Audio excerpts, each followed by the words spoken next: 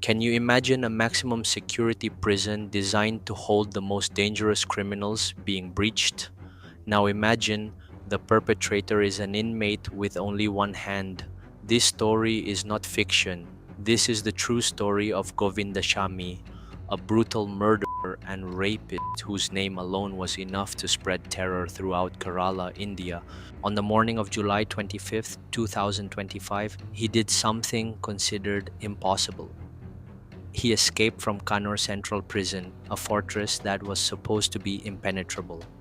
His escape triggered a massive manhunt, reopened the nation's old wounds, and posed one terrifying question.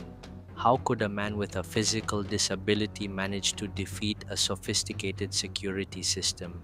And what happens when a monster who was supposed to be locked up for life is free again? In this video, we will unravel the mystery of Govindachamy's shocking escape and trace back the heinous crime that made him public enemy number one.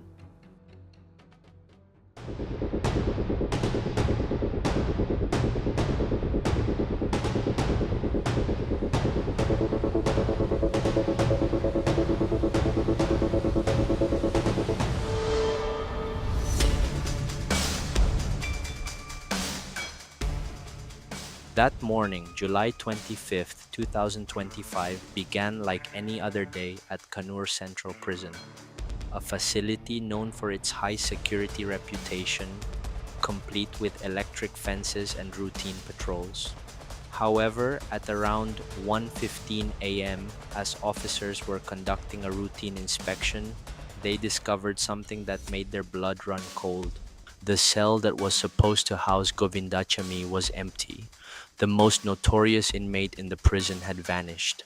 Panic spread immediately. How could this have happened? This prison was built to prevent exactly this. The initial investigation found an unbelievable clue.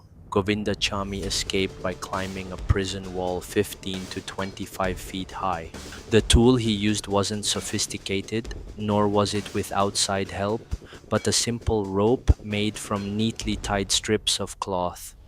This is where the real mystery begins. Govindachamy was missing his left hand. He was a one-handed inmate. Simple logic would suggest that climbing a wall that high is nearly impossible for a person with two hands without special training, let alone for someone with his physical limitations.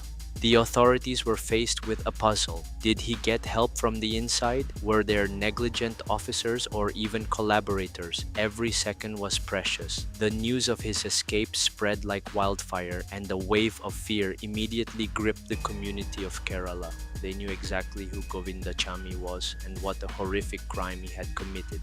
Alarms were sounded across the state, a massive search operation was launched. Govindachamy's photo was distributed to all checkpoints, train stations, and bus terminals. District borders were sealed tight.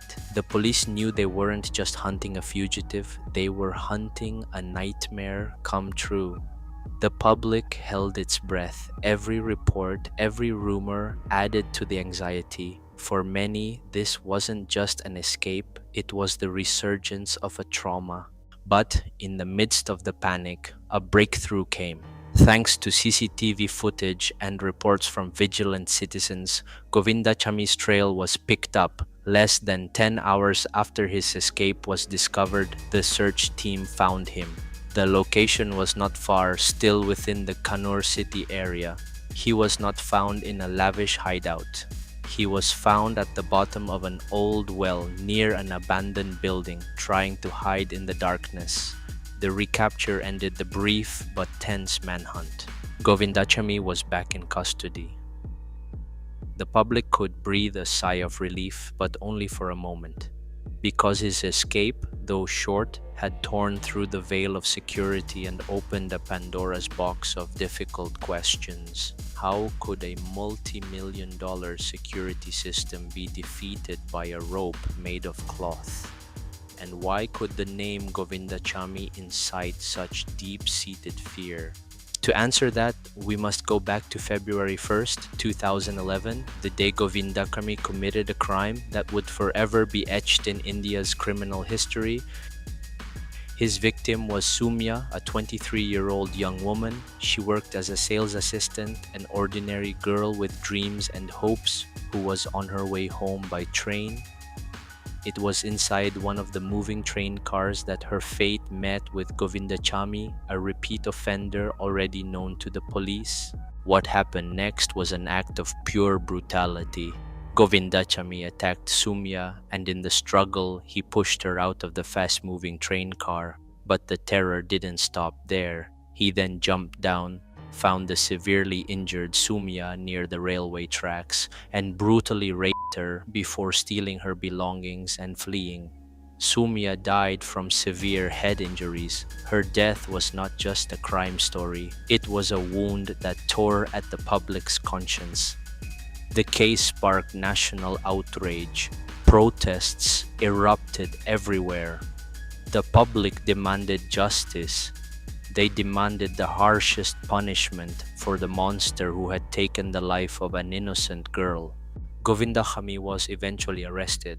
The court sentenced him to death, a verdict welcomed by the wounded public.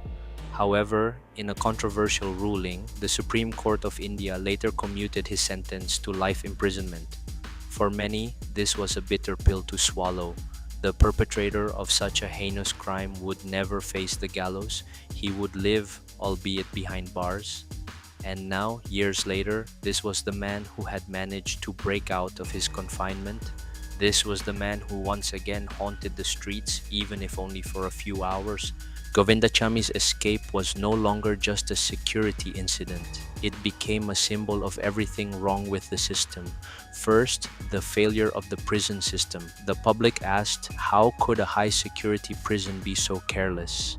An internal investigation was immediately launched. Authorities had to examine every possibility, from the negligence of the guards, blind spots in the CCTV, to the possibility of an internal conspiracy. The reputation of Kannur prison was shattered overnight. The Kerala government was under immense pressure to conduct a thorough security audit of all its correctional facilities. Second, the psychological impact on the community. Public trust in the law enforcement system plummeted. If the most notorious criminal could escape, who else could? Fear once again enveloped women, especially those who frequently used public transport. The Soumya case seemed to be happening all over again, reminding them of the ever-present danger. The mass media played a huge role in shaping this narrative. With intensive coverage and emotional language, they constantly reminded the public of Govindachamy's cruelty. Every article, every news broadcast reinforced his image as a monster. This fueled anger but also spread a wider fear. The case was no longer seen as a single criminal act. Society saw it as a reflection of a larger social problem, the continuing violence against women and a justice system that sometimes felt toothless. The crime committed by Govindachamy reinforced the view that perpetrators of sexual violence must be punished with the utmost severity without tolerance. His escape became tangible proof for those skeptical of the system. It was the strongest argument for total reform, for uncompromising law enforcement. The question still hangs in the air even after he was recaptured. Are prisons really a place for rehabilitation or just a warehouse to delay the next crime? And most importantly, can the public ever feel truly safe? The story of Govindachamy is a paradox. On one hand, it is a story of a terrifying systemic failure, a reminder of how fragile our sense of security is. On the other hand, it is also a story of community strength. The swift capture of Govindachamy would not have happened without the help of ordinary citizens who dared to report. This shows that when the system fails, the eyes and ears of the public can be the last line of defense. However, the main lesson remains grim. Although brief, this escape has left a deep scar. It forced the authorities to review every security protocol, to strengthen every weak point, and to ensure that an incident like this will never happen again. For Soumya's family, this escape was torture. A wound that never truly healed had to be reopened in the most painful way. The justice they had received felt betrayed, even if only for a few hours. In the end, Govindachamy returned to his cell, likely under much tighter surveillance. The prison walls confine him once more, but this story will never truly end. It will always be a case study, a cautionary tale of how a one handed man could shatter the illusion of security. He is a reminder that the most brutal crimes often leave a legacy far more durable than any iron bars. A legacy of fear, anger, and the unending demand for true justice.